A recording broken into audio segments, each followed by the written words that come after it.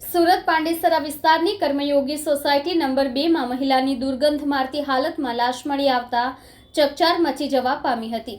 ઘટનાને પગલે સ્થાનિકો પોલીસને જાણ કરતા પોલીસે લાશનો કબજો મેળવી પીએમ અર્થે હોસ્પિટલ મોકલી આપી હતી। પાંડેસરા વિસ્તારમાં આવેલી કર્મયોગી સોસાયટી નંબર 2 માં દુર્ગંધ મારતી હાલતમાં મહિલાની હત્યા કરાયેલી હાલતમાં લાશ મળી આવી હતી। મહિલાની લાશ મળી હોવાની વાત વાયુ વેગે આખા વિસ્તારમાં ફેલાતા લોકટોળા એકઠા થયા હતા અને લાશ મળ્યાની જાણ પાંડેસરા પોલીસને કરાઈ હતી, જેથી તાત્કાલિક પોલીસ ટીમ દોડી આવી લાશનો કબજો મેળવી પીએમ અર્થે હોસ્પિટલમાં મોકલી આપી હતી। પોલીસ સૂત્રોના જણાવ્યા મુજબ પાંડેસરાની કર્મયોગી સોસાયટી નંબર 2 માં દુર્ગંધ મારી રહ્યું હતું, જેથી સોસાયટીના અન્ય લોકોએ પાડોશી રૂમમાં તપાસ કરતા મહિલાની લાશ મળી આવી હતી। આડોશી પાડોશી દ્વારા સમગ્ર મામલો પ્રકાશમાં આવ્યો હતો। સ્થાનિકો દ્વારા પતિએ જ પત્નીની હત્યા કરી હોવાની આશંકા વ્યક્ત કરવામાં આવી રહી છે।